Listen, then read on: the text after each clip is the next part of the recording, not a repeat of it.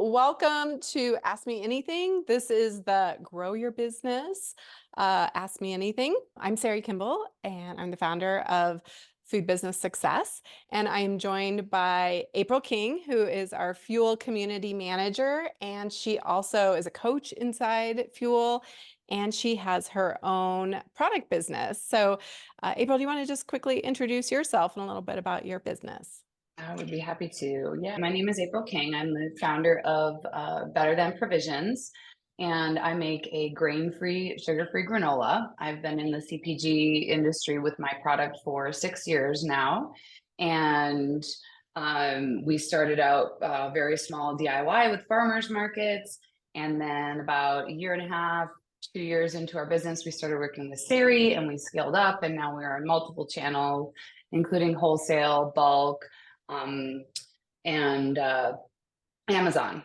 So I have since become the Fuel Community Manager here with Sari, and I bring to the table the perspective of the founder. So I like to help ask questions, and Sari has brought me into her program as a coach and a resource for those of you wanting to know what's next when you're just starting out your business. And you also manage a Yeah. commissary kitchen, so Oh, you yeah, know a good lot point. about I do. I've been rules and managing a shared commercial kitchen space for going on 4 years now. So I know a lot about commissaries and commercial kitchens for anyone who has questions about those. But I'll let Sarah get to it. You guys got yeah. questions and she's got answers. So We are going to focus on a little bit more of the growth part of your business. You're already in business, and I know some of you were here yesterday, and so it's fine if you haven't started. But we'll be focusing more on like how do you grow, how do you scale, how do you actually make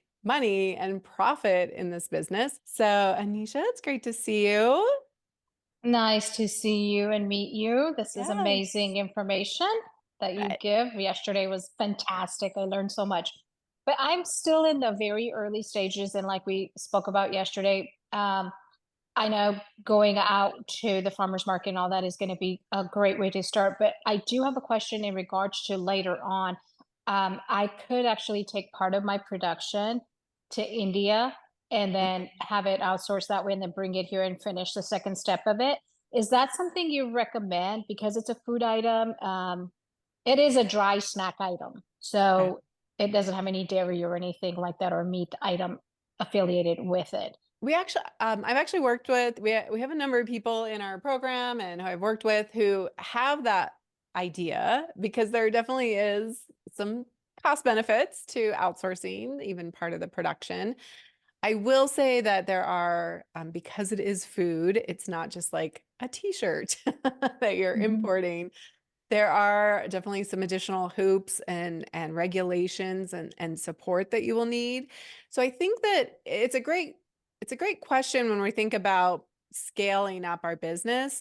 And first it's like just get the product out there, like we talked about yesterday. Get it, try it out, get it tested, see what people are saying.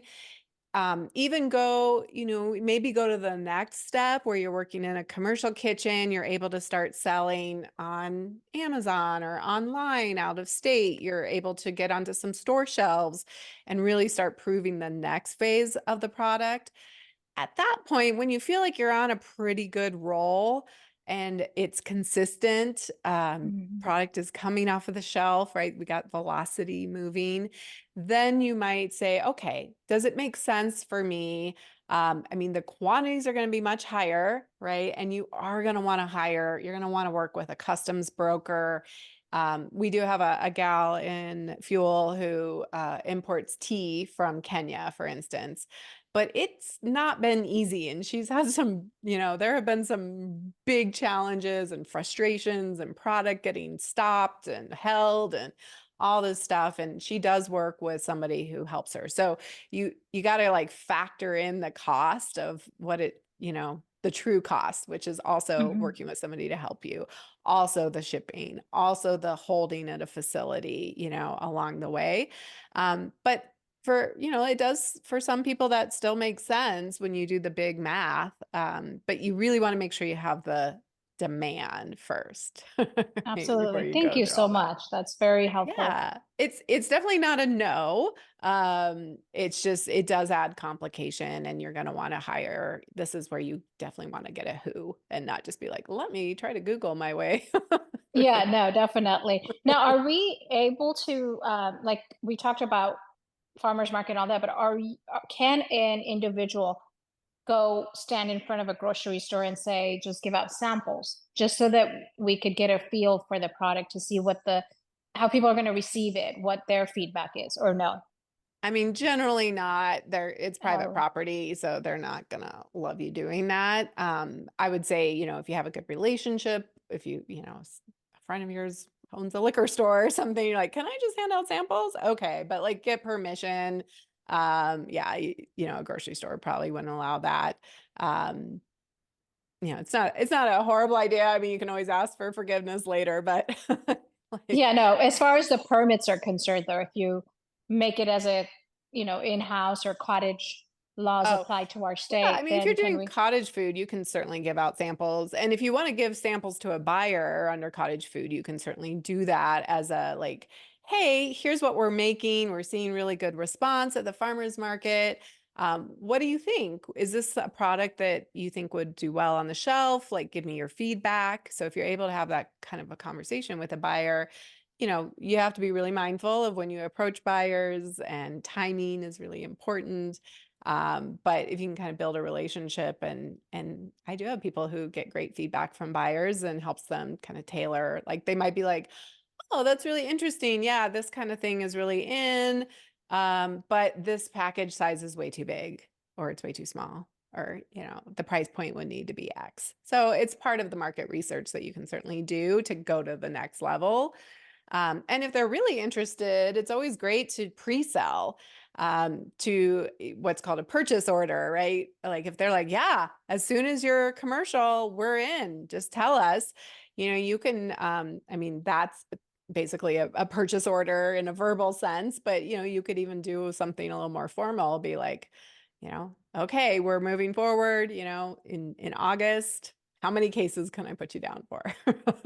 Kind of thing. Okay. So, No, that's a good idea. It's so easier to do some of the legwork now versus once you have all that inventory on hand, and then you're yeah, trying to find somebody to take some yeah. of the Especially buyers. if the Yeah. top, and if you have a snack, I think you have a snack that's probably not, that's pretty shelf stable, but Yeah. some people have a clock that's ticking on their Yeah. product and they got to get it out. All right. Anything I you want have to add to one that, April? thing to add. Yeah. And I'm not sure what state you're in.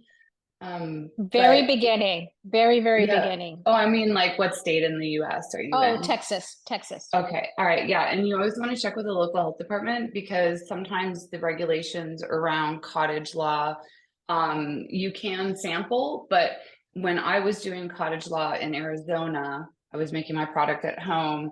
I still had to have a sampling permit. Okay. So I didn't necessarily, I could sample it, but if I was like, because I was selling through farmers markets, even at my farmers markets, I still needed to have a permit to sample open sampling. Now, in our state, I can get away with not getting the permit if I put little covers on them and I do it at the kitchen. So there are ways to work around it, but always check with your like local agency to make sure that you don't need a special permit for sampling, Thank you. even if in cottage law. Yeah. Thank you so Great much. point. That's why we keep All April right. around. She We keeps do me have honest. Joan on the call, and she Okay.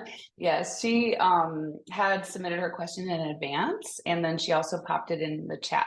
Great. So Joan, you sell caramel popcorn as a hobby, side hustle. You give your profits to charity, and you're asking about what counts as profits. So you're making sure that you're not giving away too much to the charity. You said you have your COGS down pretty well, and then you're just wondering from there, where do how much are you giving to this charity? So any business is going to have kind of multiple layers of expenses. And so your first thing that you've already talked about is you want to take off your cost of goods sold or your COGS. So that immediately, like that is what it takes to actually make the product itself. So that will definitely come off the top line. And then you're going to have Any fixed expenses will come out of there. So if you have rent or your insurance would come out of there. Um, you might do something like if you pay insurance annually, you might deduct it monthly if you're doing kind of based on monthly sales or something like that. There will be things, licenses and things like that that are an annualized thing. So you might need to turn that into a monthly expense. And then you're going to have variable expenses as well. That could be like your market fees, or maybe you're promoting on social media, or it could be, it's more usually like advertising, marketing stuff. But ultimately, you want to do the math of like, it's really all of your expenses, including supplies, including, I think you mentioned stuff about like gloves and, larger pots and spatulas and stuff. I mean, ultimately, I guess, it's up to you to decide, but if you're comfortable with that just being like a business cost that you're just not going to worry about and you'll just pay out of pocket. But if you're truly looking at the business as a business and you're saying, profit, I only want to give away my actual profits, then yeah, every expense, including those kind of supply things, would need to come off of the top line to get to your net profit. And so I hope that's it's helpful. I see your video. So if you want, April, if you're able to unmute Joan, and we can clarify anything for her as well. Hi. So, hi, thank you. Thank you so much for doing this. Yeah, my pleasure. So how do I haven't actually bought some of the things that I want to buy. So, so I just had a big sales and I figured out how much I earned and all this stuff. How do I how do I hold some of that back to make those sales if or to pay for that stuff if I haven't ever actually bought it? Like, how do I figure that? Are you wanting to pay to give money, your profits, to a charity monthly? Like, how frequently are you doing this? Um, in the past, I've done it all year long, all the time, but I don't want to be as generous all the time as I've been Yeah, anymore. I know. You're a business, right? Like you still, I mean, that's, I often say like you're a business, not a nonprofit. In your case, you are wanting to give away your profits, which is that's awesome. You may want to do some, a lot of times people will do something like 10% of profits or Okay, 10% of sales or something like that. Or you may okay, just want to have a percentage that you take mm, off the top. It's a really good idea to have a bucket of money that is for supplies. And you may not need it okay, every month, but it's going to ebb and flow. And so it would okay, make sense to me as a business owner to say, I'm going to have my top line sales. I'm going to deduct my cost of goods sold. I'm going to deduct any of these variable fees, fixed costs. And then I'm also going to deduct, 20% goes into like unforeseen expenses or supplies or okay, something like okay. that. And then after that, then you would do the, Oh, like my wish list or whatever yeah, you I would mean, call every it, my business bucket list. stuff breaks and, you, you gotta replace stuff. And yeah, it's just Okay, part of doing business. So I think that would okay, help you to not have it, you could build that fund up if you wanted to and buy something bigger like equipment, right, or maybe it's just right. like ongoing supplies. So Okay, all yeah. right, perfect. Thank you. Okay, you're welcome. Great question. That's fun. You get to do that. All right. What do we got next, April? Leonard is on the call. So the question that you had was, is it better to go deep with regional retail before trying to go national? Okay. And I remember kind of answering a flavor of this. I think I can answer it in a little bit different way that will be helpful for everyone. So when you look at going wholesale, it's really tempting to want to go after the big flashy stuff, right? Like, I just want to be on the shelves of Whole Foods or Natural Grocers or Sprouts or whatever, right? The bigger chains. The bigger chains are expensive. And in fact, I know many large brands that think of their retail, like a Whole Foods, like a Natural Grocers, as it's not a profit center, it's a marketing expense. And so it is very expensive. And yes, there are amazing programs in some of these bigger chain stores that work with small producers. Whole Foods has like a LEAP program. Even places like Safeway and Albertsons and King Soopers and Kroger, they'll have like locally made sets, and so that's a great way to get into some of those bigger stores. And you might just be, I mean, the thing is like, you wouldn't even be prepared if you were like, and now I'm in, 1,000 stores. You'd be like, oh my gosh, right? Like that's a lot of product and a lot to manage and distribution centers and all of that. I don't wish that on anybody. So it's expensive. There's lots of costs that get passed on to the producer, to the brand. And going at a national level is like, it's just very expensive. I mean, everything, they call it the grocery industry is the industry of 1,000 cuts. And meaning like there's all these things that come back and it's just like cuts all over the producer, right? You're the one taking the beating. And so your margins, your COGS have to be super solid, because it all is going to come back on you. So I don't actually wish that on anybody. And in fact, when I was a buyer at Whole Foods Market and I worked with, one of my roles was to bring on local makers and get them into our stores. Unfortunately, there were, businesses that I mean, I didn't, but like they went out of business because they went into national or into larger, a larger store too quickly and they weren't ready. It's also really challenging to manage your cash flow. You don't get paid right away. Do you have enough cash on hand to make it through 120 days and still be pumping out product without getting paid? And so the philosophy that I teach in food business success is this kind of circle, working out in rings. So what I want you to do when you start is really focus on your inner circle. Focus on independent retailers. Maybe you do an online retailer or wholesale platform like Faire, Faire, is a great one that a lot of our members are on.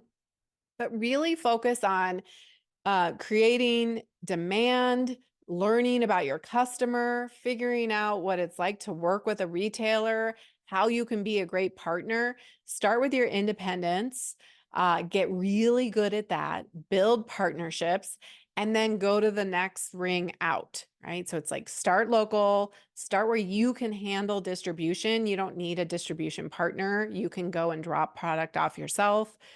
You can go and demo it. You can, really help to baby that. You want to, if you could start out and start with 5 and then maybe 10, you are a great partner. People are like, oh my gosh, Leonard just comes in and samples his product and he's always coming by and seeing if we need more and stocking the shelf and doing all these things to really support them. Then you take that show on the road to the next level. You start applying for maybe more regional. You maybe start going to the next level, right? I mean, national is such a big game. There are some unicorns, there are some overnight stories, but for the most part, when people get picked up too soon, nationally or even regionally, they crash and burn because it is a tough, tough industry. So I would rather you take some baby steps, and move yourself along, learning and growing, scaling yourself up a little bit slower, not biting off more than you can chew, unless you have, deep pockets. If you got lots of funding, then everything I just said goes out the window. But if you don't have $1 million, $2 million lying around to help you in this, then let's use a different strategy. So I'm happy to add a little bit about our please. experience if you'd like. So like I had mentioned earlier, we've been in business for 6 years, and we got into it with our farmers markets direct to consumer, right? Where our margin was the largest, where our profit was the largest. And then, like I had mentioned, we started working with Sari. We got really excited about Amazon. And Amazon could be considered like very similar to like a Whole Foods or something like that, where it's very sexy and it's the idea of it is so grand and it's very exciting. But we got into Amazon as a small brand, and and we had issues, we had problems, and then we realized, oh, there's this fee and there's that fee, and oh, they lost some of our product, oh, they pull it 60 days before it expires and throw it out and then charge you to throw it out. And like there was all these things that were happening that were like, well, maybe this isn't the right channel for us, because we are a smaller bootstrapped business, right? We are self-funded. And so we've taken it very slow and have had a lot of organic growth, and also found the channels that really work well for us. So just like to answer the question, we are just now moving out regionally. So we're in Tucson, and we're just now moving out further and further and further into our own state. And that is with smaller partners. I think what will happen for us, we decided completely against wholesale retail personally because of the way we are growing our business. And I think what will end up happening for us is that will happen as a result of the demand for us to be there, right?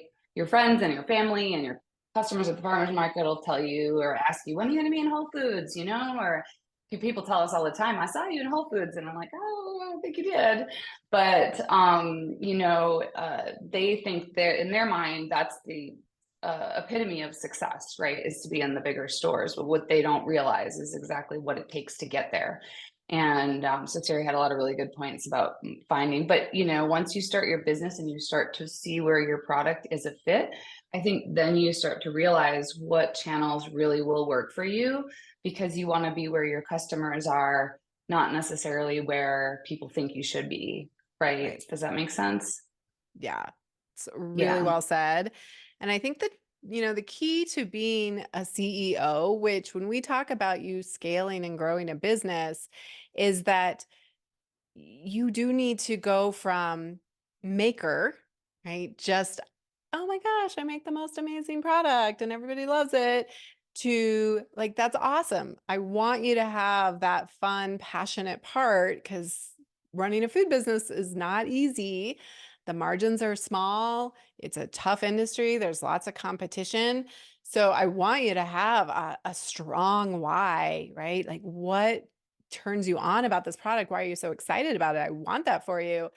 And we need to start doing the work of becoming somebody who is as passionate about running a business, that we are becoming a CEO.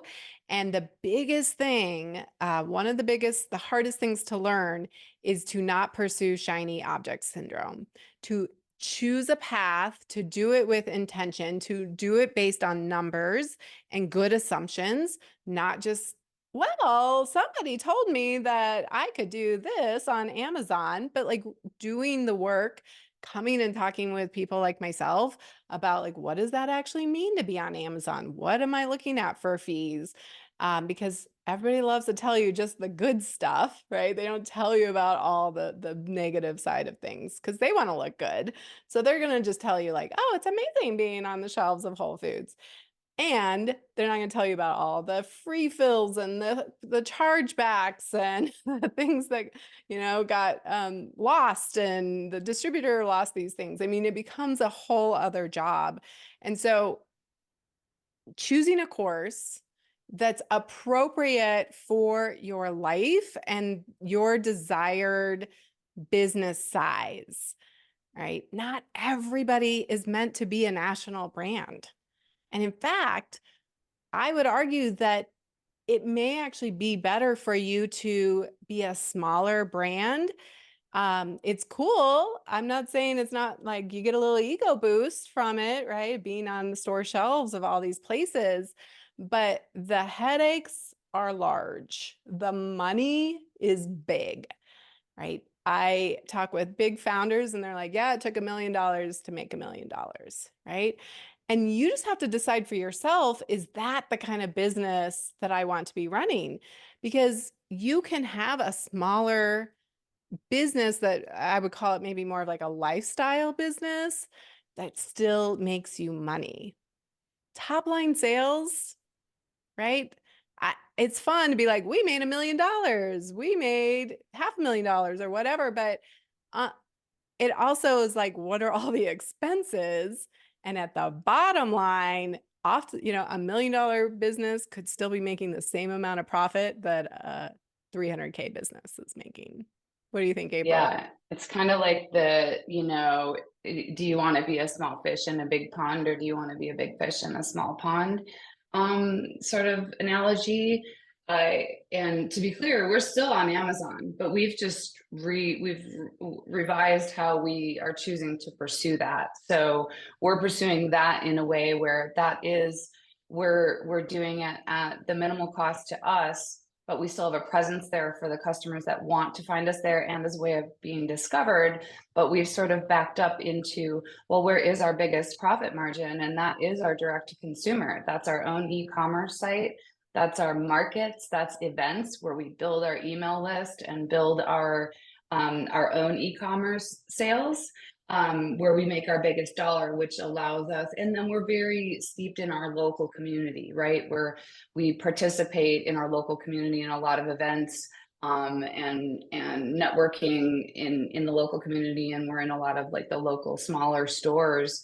And so we have a lot of brand recognition here, which is allowing us some footing to expand further out into the state of Arizona. So yeah, I think but you don't know what you don't know, right? So you get started, and that's kind of where we were at. Like, I wish I would have met Sari earlier in our process, right? Because there might have been some things that we could have shortcutted by having someone to talk to about it, or a community to participate in, which is why, like, I'm so passionate about being part of this community, so that I can help other founders, you know, and help Sari help other founders, like, you know, It's so fun. learn We're some of solving this stuff. problems Yeah. like this all the time, right? It's like people are posting their questions. It's like we're getting people answers and helping you guys move forward.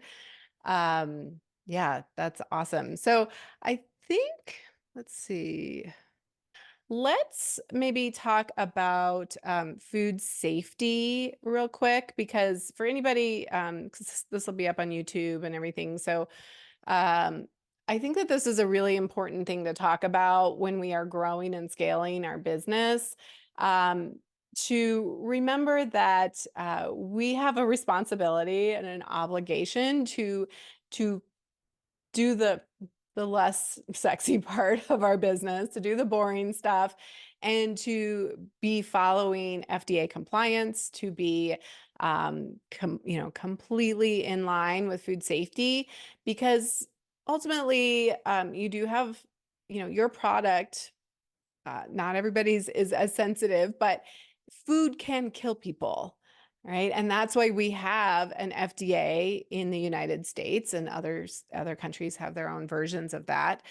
And I'm trying to like be a little bit serious about it, because I want you to understand your responsibility and obligation and take it seriously, right? It's easy. It's this weird thing of like, it's so easy to make food in our home kitchen.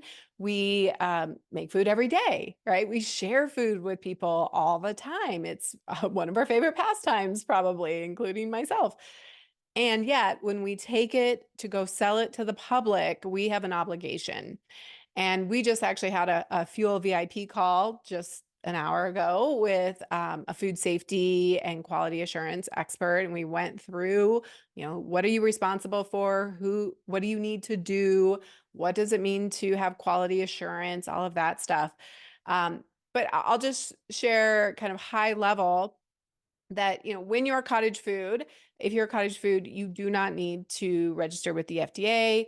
However, I do think that it is good to start getting food safety practices in place. And so don't just be like, well, I'm cottage food, I don't need to do any of that. If you think you're going to move beyond cottage food, let's start now. It's so much easier to do it as you're starting, before it becomes a big mess and you have tons of products and you're moving to a kitchen and scaling up and all that stuff. So we address that inside Food Business Success, which is my online program that's more of the modules and the coursework.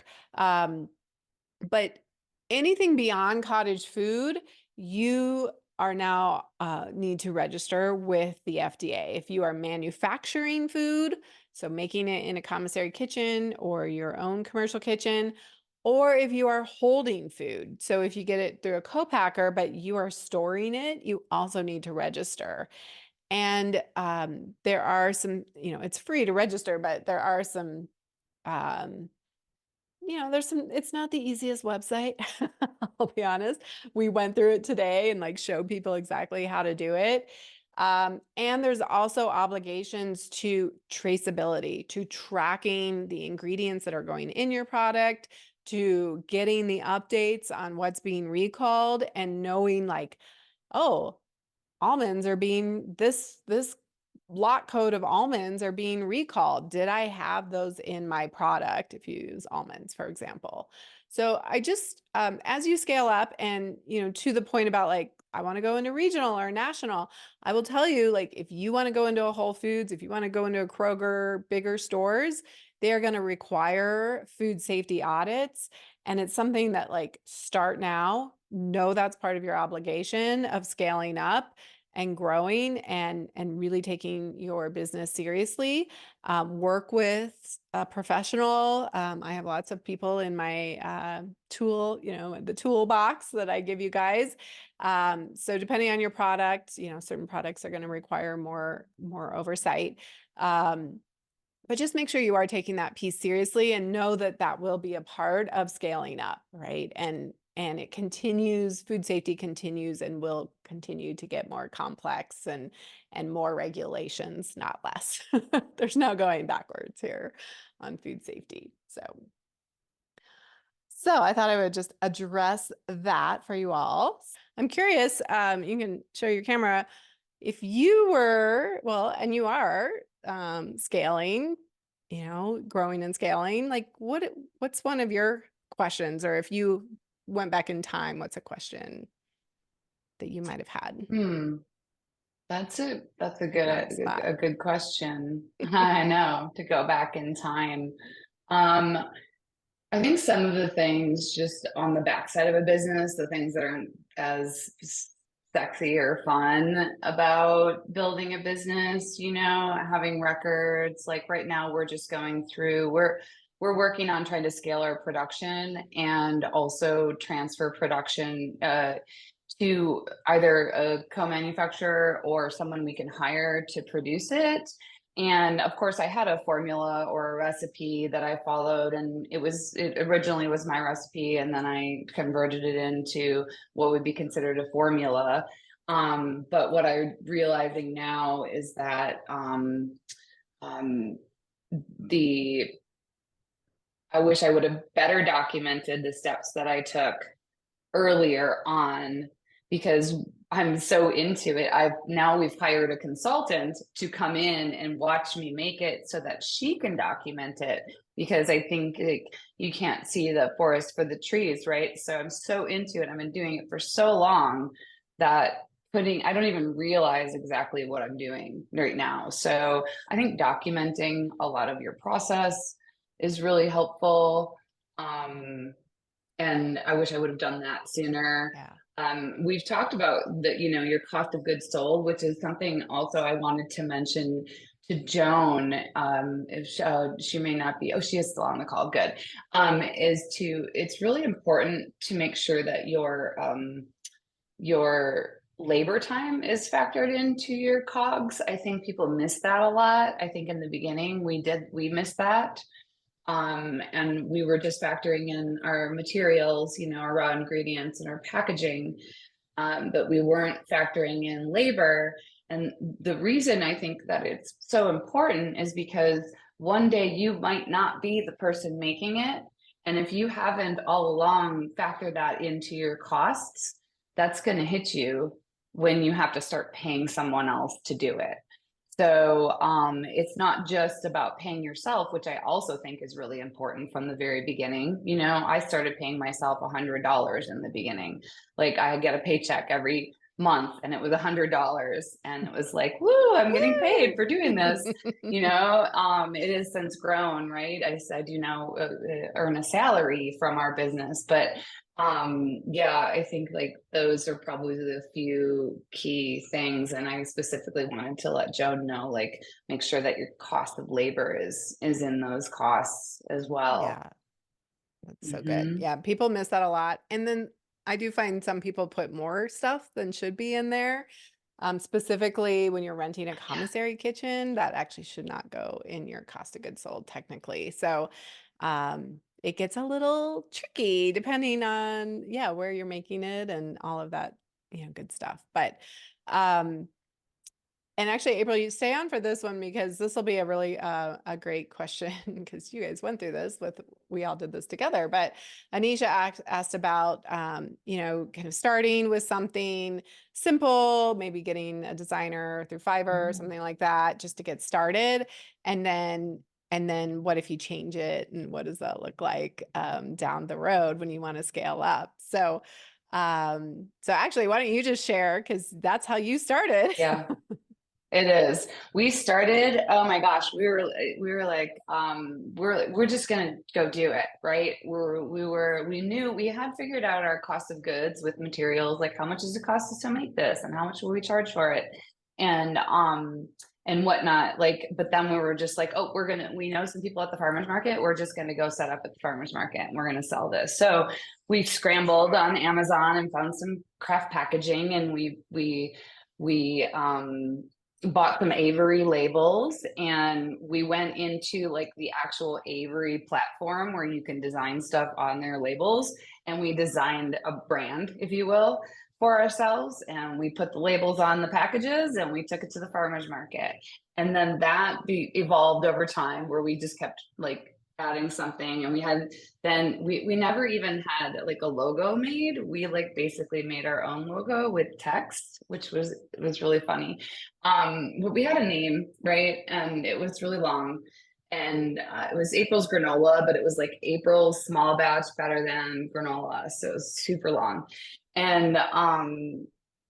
And then once we decided we were going to try to go to Amazon or try to grow, that's when we went with a designer and decided to actually do like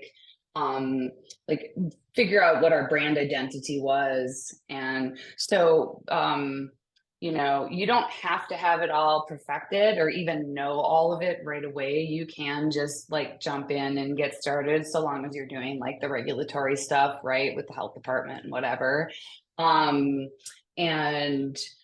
just get started. And then I think it evolved because we ended up changing our name. We ended up changing all of our colors. We told our story in a new way. All of that came like a year, probably 2 to 3 years after we actually started our business. Yeah. And I know you guys were worried about, because you were already in some wholesale under the April's small batch granola, all the things, and you were obviously at the farmers market, and everything was kind of branded. It was purple and different, you know, had a totally different look and feel. And I know you're worried about, you know, how are your customers going to be confused, and how does that work? And so what was that process like? Because we changed the name, we changed the packaging. I think I may have an old bag down here while you're answering that. Yeah. Oh, do you really? Oh my gosh, that's funny. That's probably really stale. But you know, I mean, working with Christopher was a dream, right? So, but also we thought people were really, oh my gosh, you do. So, yeah, that's the exact flavor. So that flavor was superfood sweet heat, and now it's cacao, cayenne, and goji, right? So that's the before and after, really. And you know, the bag you're holding is probably an iteration of what we started with. We had like little emoji stickers on our packages in the very, very beginning. It was so fun and so silly. But yeah, we really worried about like, what are people going to think? And is it going to make a difference? Are people going to stop buying us? And really what we had to do is put in place some education. So like in the little wholesale places, we had our old logo, and then we had is now, and then our new logo, you know, like shelf tags in front of the, you know, and at the farmers market, people recognize us. So they would see us. And then what was really interesting at the farmers market was that like new people were stopping because our brand looked so, you know, sharp. You know, our old brand was different. And so we were getting new customers out of it. And yeah, we weren't as big as we thought we were. So it really didn't make that much of a difference. I think it's important to just start, you know, just get started. We talked about this yesterday, get the MVP out. And you were doing this pre-Canva. I mean, Canva's awesome, right? It's got lots of more tools. At least it's, you know, it wasn't as big as it is now. So using Fiverr, using tools on Canva to create these labels, making sure that they're FDA compliant and all that good stuff on the, you know, with nutrition and anything like that.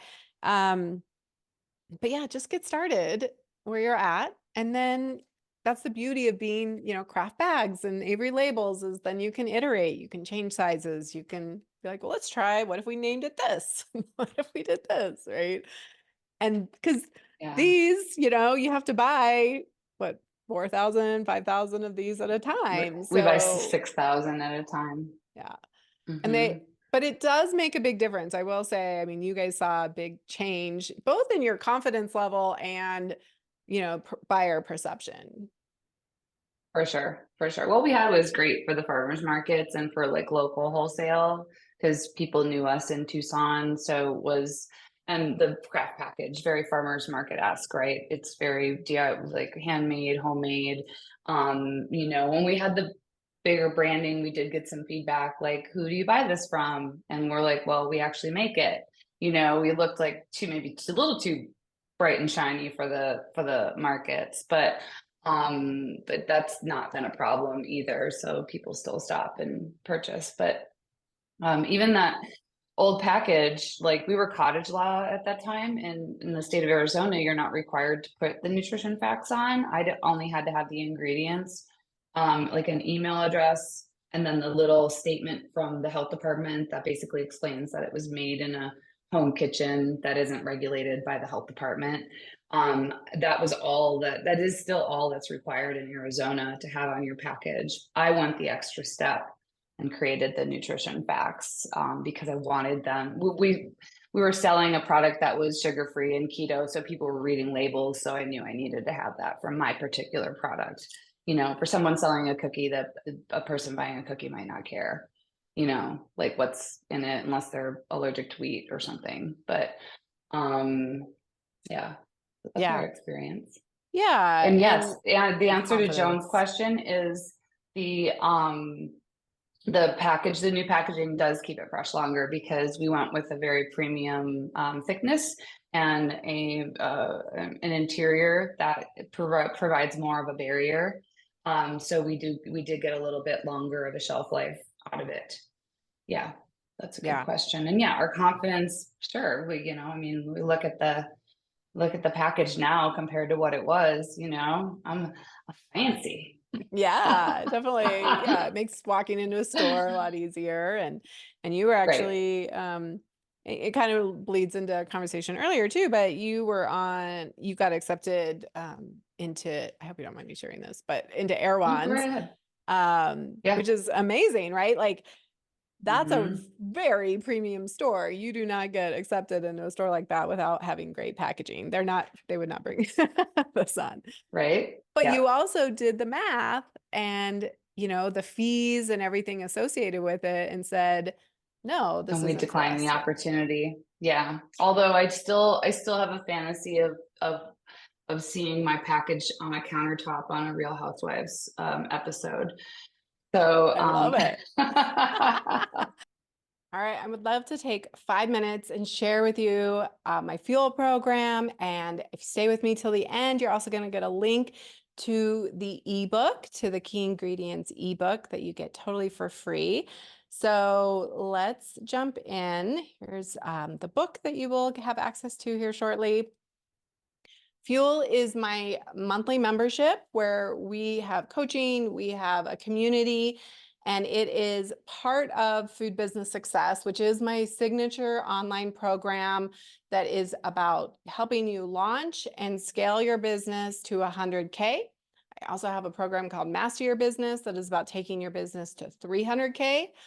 Inside those programs, we have the Fuel membership. And the Fuel membership is where we come together and get your questions answered, right? There's only so much that an online course can do. It's where I give you all the resources and explain things to you, but your business has specific, unique needs. So what's included in Fuel membership is group coaching calls twice a month.